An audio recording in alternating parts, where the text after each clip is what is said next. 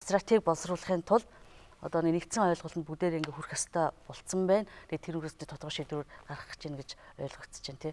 Та тэр бас тодорхой Үслэг таны асуултыг хоёр хуваагаад эхнийхт нь менежмент огт байхгүй байсан юм байна гэвэл үгүй ээ гэж хэлнэ. Хоёр дахь хэсэгт нь бол яг тийм ээ гэж хариулна. Тэгэхээр хоорондоо зөрчилж байгаа хариулт өгч байгаа юм шиг санагдаж магадгүй. Тэгэхээр урд нь бид нар усны бодлого гэдэг юм. За социализмын үед бол усны бодлого, Монгол улсын усны бодлого маань зөвхөн бэлчээрийн усан хангамж буюу ерөөсөө л зөвхөн амынч бай, бэлчээрийн ч бай, усан хангамж буюу зөвхөн усаар хангах асуудал руу л яваад байсан. Ус гаргаж авах. Тийм учраас нийтдээ юу гэдгүүлээ 35 мянган худагта нийт нутаг дэвсгэрийнх нь 3.2 нь усаар одоо ямар ч үсэн бэлчээрийн хувьд бол усаар хангагдсан байдалтай усан хангамжийн чиглэл рүү усны менежмент маань буюу тэр үеийнхээ нэрээр усны бодол маань чиглэгдэж ирсэн. Сүүлийн үед бидний бодол маань нөгөө хөдөө аж ахуйн орноос ажилтны дүрийн орноос одоо уул уурхай орн болж болцсохгүй болчиход байгаа нөхцөлд энэ ажилтны дүрийн усан хангамжийн асуудлыг бусад нийгмийн усан хангамж тэр дундаа хүн амын усан хангамж бусад эдийн засгийн салбаруудын усан хангамжийг аюулд оруулахгүйгээр яаж шийдэх вэ гэдэг нь хамгийн том асуудал болоод энэ дундаа харин саяын таны асуултанд орсорсон нэгдсэн бодлого гэдэг юмыг гаргаж ирсэн зүйтэй байна. Түүнээс ч усны бодлогыг зөвхөн тэнд нэг усны газар нь яриад байдаг биш. Яриад байдаг гэтэл ашигт мэлтэмжлийн газар нь шал өөр бодлого ярьж байдаг. Энэ бол жишээлбэл буруу юм аа. Бүгдээрээ нэгдэх ёстой маань. Зүгээр нэг төрийн байгууллагууд хоорондоо нэгдсэн бодлого явуулаад зогсохгүй салбарууд одоо жишээлбэл юуны газар тариалангийн зорилгоор хэрэглээд илүү гарсан усыг нь мал аж ахуйд хэрэгэлдэг. Жишээлбэл эсвэл машин угаалгын газрын дараа хаягдж байгаа одоо хаягдл гэж нэрлэж байгаа усыг дахин цэвэршүүлсэний үндсэн дээр арь ширний үйлдвэр хэрэгэлдэг ч гэдэг юм уу.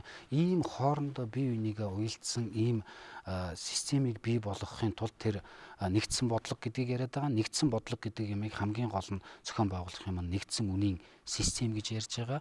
Энтэйгээ холбогдуулаад хөрөнгө оруулалтуудыг зөв зүйтэй манай хөрөнгө оруулж байгаа компаниуд маань энэ хөрөнгө оруулалтанд бас оролцоосоо. Өөрөөр хэлбэл ус гэдэг маань өөрөө бизнес болох ёстой.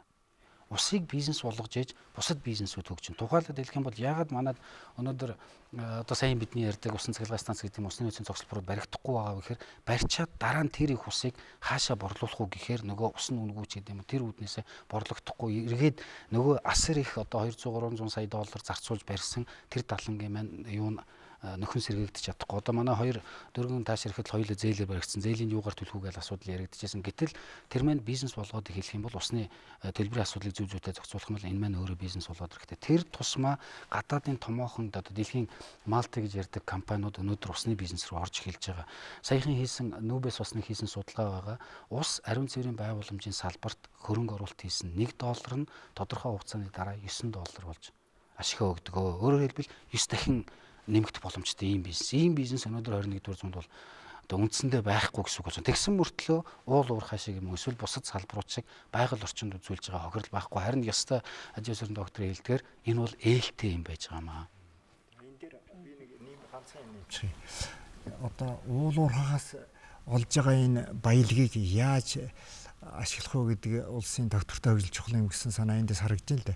Гадаад оронд бол ийм хийж л да. Усан цахилгаан станц уул уурхай маань магадгүй тэр уурхай 30 жилд юм 15 жил 20 жилд баялаг дуусчих магадгүй ухаад тийм ээ ашиглаад.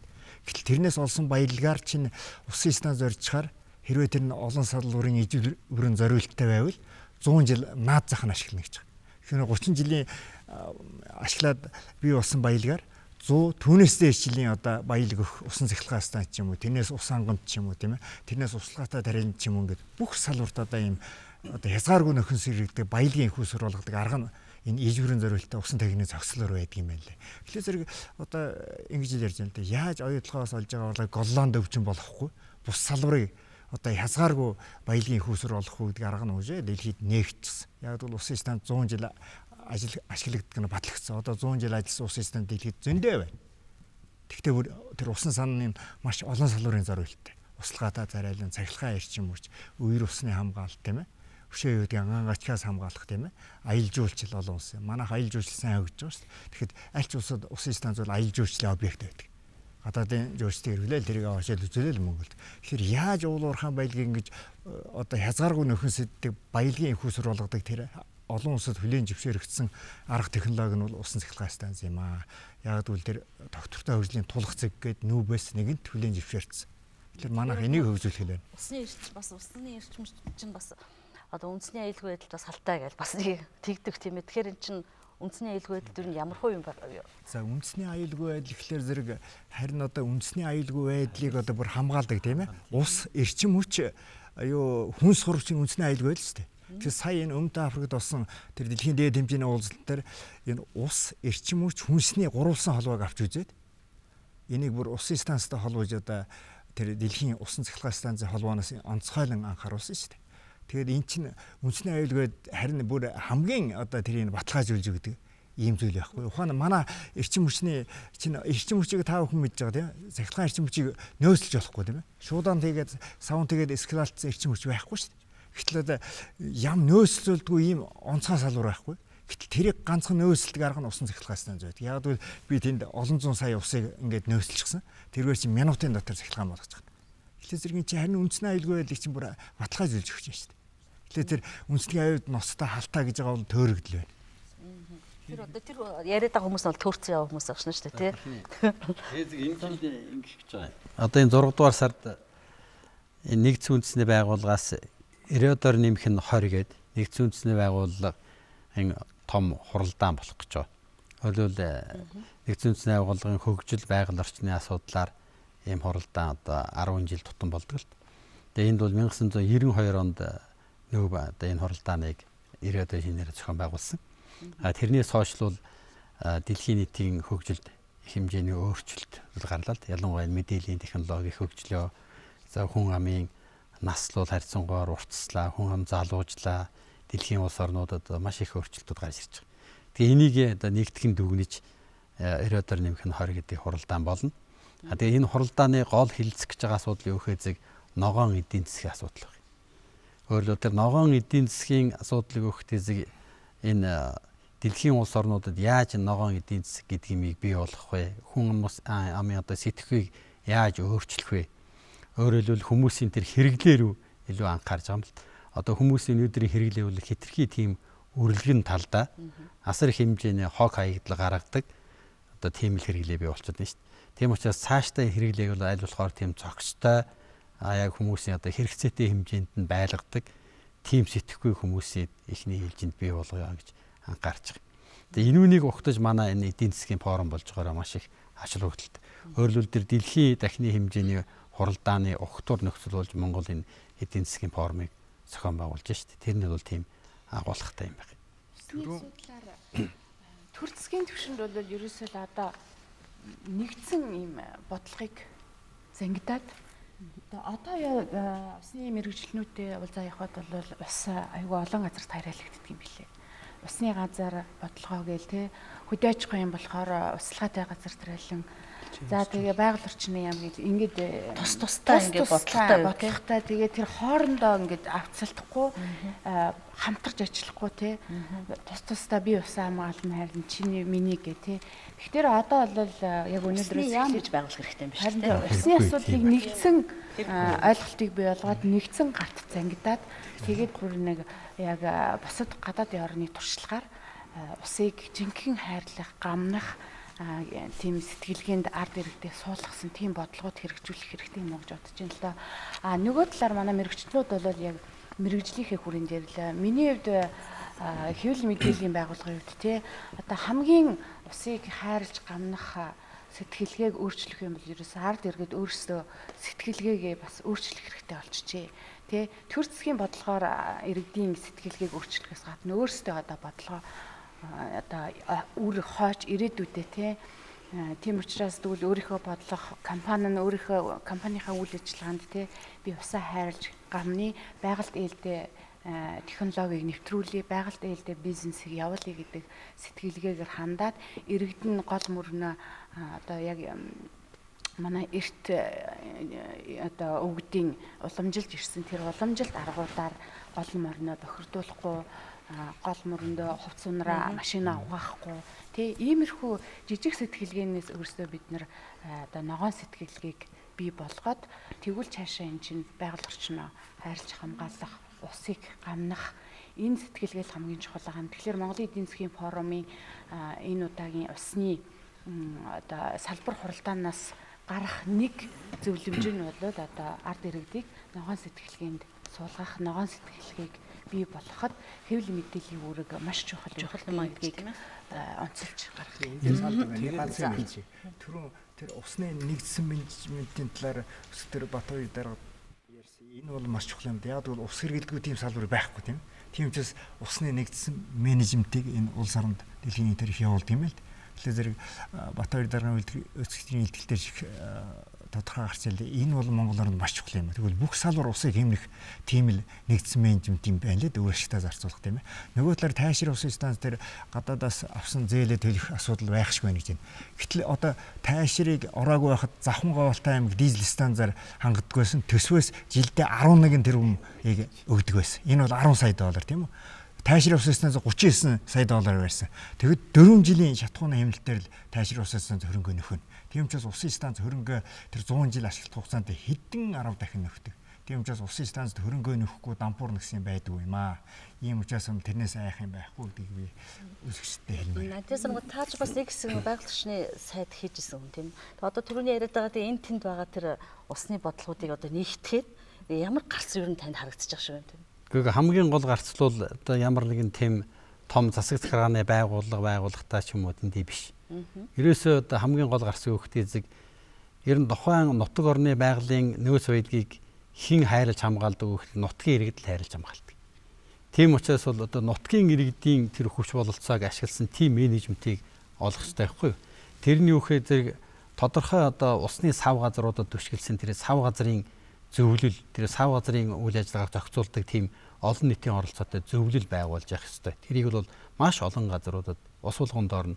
Тэн дээр усны одоо ямар хэрэгцээ, ямар үйлдвэрлэл, юу гарч ирж байна, тэрийг тэр нутгийн иргэд өөрсдөө хамт сууж агаад тэрнийхээ шийдвэрээ гаргадаг тийм зөвлөл байгуулах хэрэгтэй. Өнөөдөр манайд яаж юм хэзээ аливаа нэг юм ихтэй ганцхан одоо төрөөр хийлгэж гээд ерөөсө төр энийг шийдгээд ард түмэн өөрсдөө тэгж хүсдэг.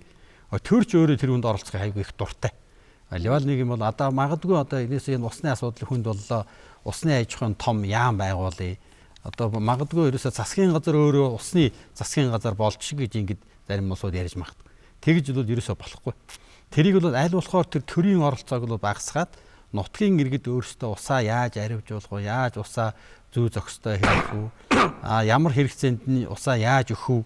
Тийм ээ? Тэр үйлдвэрлэл хөгжлөөхөд эхний ээлжинд ямар үйлдвэрлэлээ хөгжүүлэх вэ гэдгийг нутгийн иргэд шийддэг тийм эрхийг орон нутагт өгөх хэрэгтэй байна. Одоо өнөөдөр манай уул уурхайн үйлдвэрлэл явж байгаа гол эрхийг энэ төвөө шийдэгээд байгаа хамгийн буруу нэг байхгүй. Өөрөөр хэлбэл одоо кадастрын алуу ингээд шийдвэр гаргаад тэнд одоо уул уурхай ашиглан тэнд лицензийг өгнө гэд энэ нутгийн иргэдийг оролцуулах ямар бололцоо байхгүй. Гэхдээ яг хуулинд би нэг сарын дотор л саналыг аваад өгнө гэж байгаа. Гэхдээ тэр бол нэг сарын дотор санал аваад эргээд хариу бариад шийдвэр гаргах тийм хугацааны хөдөлгөөнд болдгоо юм байна. Ийм учраас бол аль болохоор нутгийн иргэд эхний ээлжинд мал аж ахуйгаа хөгжүүлэх юм уу, газар тариалангаа хөгжүүлэх юм уу, уул уурхайгаа хөгжүүлэх юм уу? Энэ үнд хэдийн хэмжээний ус хэрэгтэй юм. Ус хэрэгтэй юм бол хаана усаа бүрэлдүүлж бий болгох юм? Тэгээд усаа яаж хайрч хамгаалах юм? Яаж зохистой ашиглах юм? Энийг тэр нутгийн иргэдэд өгөх тэр эрхийг л бий болгох шаардлагатай байна. Тэгжээж өнөөдөр бид нар энийг чинь хамгаалж арвижуулна шүү дээ. Тэр сайн нэг Монгол Улсын ерөнхийлөгч тэр оюутлахоо 5 давхар яваад нутгийн иргэдтэй уулзж байгаа уулзалтыг нарчаар малчлын зүгээс ерөөсөн ганцхан нэг юм хэлжсэн шүү дээ. Усаа өгөхгүй шүү. Тэгж маш зүг. Тэгэхээр би ард түмний тим доороос тийм итвэх байгаа эцэний суудсан байна гэж. Одоо тэр чинь л одоо ингэж эхэлж байна. Энийг бол улам цааш нь хөгжүүлж энийг гэхдээ ажил хэрэг болгох хэрэгтэй. Тэгээд ард түмэн өөрийг энэ шийддэг тэр эрхийг өнөөдрийн хуулиудад орж өгөх хэрэгтэй. Одоо өнөөдөр та нар манай байгаль орчны хуулиудын бус хуулиудыг ингээд ерөнхийд нь ингээд хараарай. Тэгэхээр тэнд бол ард түмэн өөрсдөө шийдвэр гаргадаг эрх бол маш бага баг. Тийм учраас өнөөдөр бол бид нар энэ байгаль орчны одоо 20 гаруй жил хэрэгжилсэн энэ хуулийг бүгд өөрчилж шинэ горимд олж олон нийтийн оролцоотой шийдвэр гаргадаг, шийдвэрээ хэрэгжүүлдэг, шийдвэрдээ олон нийт хамтарч ээж хяналт тавьдаг тийм горимд нь оруулах шаардлагатай байна. Өөрөөр хэлбэл байгалийн нөөцийн хамтын менежмент гэдэг юмыг өнөөдөр бий болгох шаардлагатай. Тэгэхээр зэрэг байгалийн нэг нөөцөл бол ус өөрөө мөн. Тийм учраас бол тэнд зайлшгүй хамтын менежмент хэрэгтэй. Энэ дээр энэ зохион байгуулалттай холбоотой асуудалтай руу бид нар орчлоо л да. Тэгээд энд би бас их олзуурхаад байгаа нь ерөөсөө усны асуудлыг бид нар ярьж эхлээд маш олон талаас нь ярьж явж байгаад тэгээд нэг усны үнийн тухай асуудал дээр очиж нэг бүдрээд тэгээд бүтэц зохион байгуулалтын дээр очиод үндсэндээ гаццдаг. Ерөнхийдөө орчин үеийн 21-р зууны төрийн удирдлагын шинжилгааныг аваад үзэх юм бол төвлөрлийг сааруулах, эрх мэдлийн хуваарлалт гэдэг хоёр чухал юм яригддаг. Хэрвээ энийг зүүзүүдээ гэх юм бол тухайн одоо төр сайн удирдахч байна гэж. Яг энэ асуудал усны салбар дээр хамгийн том харагдаж. Одоо сая хиний ажил сурын сайдын хэлдэг тэр орон нутагт эрхийг өгнө гэдэг орон нутагтаа бас биш. Тэр орон нутгийн засаг даргад эрх өгөөд байгаа асуудал ерөөсөө огт биш юм. Харин орон нутагт байж байгаа ард иргэдэд эрхийг нь өгөөд засаглалыг хуваарлана гэдэг үгний дотор жишээлбэл уул уурхайн үйл ажиллагаа явуулах эрхийг зөвхөн уул уурхайн асуудал эрхэлсэн газрууд юм уу эсвэл ард иргэд нөгөөдөд биш усных нь бас оролцдог. Тэр байтугай ариун цэврийнх нь хүртэл оролцдог. Ийм байж энэ асуудлыг шийдэгдэх юм аа гэж байна. Тэгээд бүтэц зохион байгуулалтын тухайд аваад үзэх юм бол ерөөсөө орон нутагт бүх эрх мэдэл байх хэвээр төвд ямар эрх мэдэл байх хэвээр гэхээр зөвхөн усны нөөцийн усны нөөцийн тооцоогоо хийгээд тэр нөөцөөс хэдэн хувийг нь ямар байдлаар ашиглаж болох вэ гэдгийг шийддэг. Дараа нь ус ашиглалтын одоо priority гэж ярьдаг тэр тэргүүлэх чиглэлийг тодорхойлох хэрэгтэй. Хамгийн нэгдүгээр хүн амын усан хангамж. Хүн амын мэдээлэлээр хангах. Тэгээд дээр нь ард иргэд мэдээлэл. Хэрвээ хүн амын усан хангамжийг шийдэж чадчихвэл дараагийн малын усан хангамж гэх мэтээр ингэж явсаар хагаад одоо 7-д нь байд юм уу 8-д нь байд юм уу уул уурхайн усан хангамжийн асуудлыг ярьдаг байх хэрэгтэй. Тийм ч учраас манай ард иргэд тэр ерөнхийлөгчийн альчлалаар бид усаа өгөхгүй шүү гэсэн. Хэрвээ Монголын төр болоод уул уурхайн компаниуд тэр ард иргэдийг усаар бүрэн дүүрэн хангаж чадаад тэрний дараа ус нь гарах юм бол мэдээж ашиглах эрх нь нээгдэнэ гэсэн.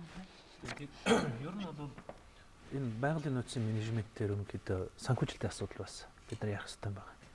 Өнөөдөр баялагын ихэнх нь байгаль орчны салбараас одоо бүтээж байгаа боловч эргүүлээд байгаль орчны нөхөн сэргийлэх зардал хичнээн хэмжээнд төр бид нар эргүүлж өгч байна гэдэг бид нараас тооцож хэрэгтэй.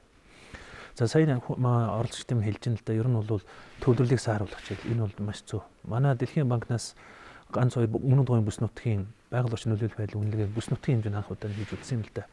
Тэгж яхад ерөнхийдөө уул уурхай үйл ажиллагаа зөвшөөрлөг бол төвөөс өгсөн. Яг тэнд уул уурхай үйл ажиллагаа эхлээд нөгөө боловсруулалт эхлээд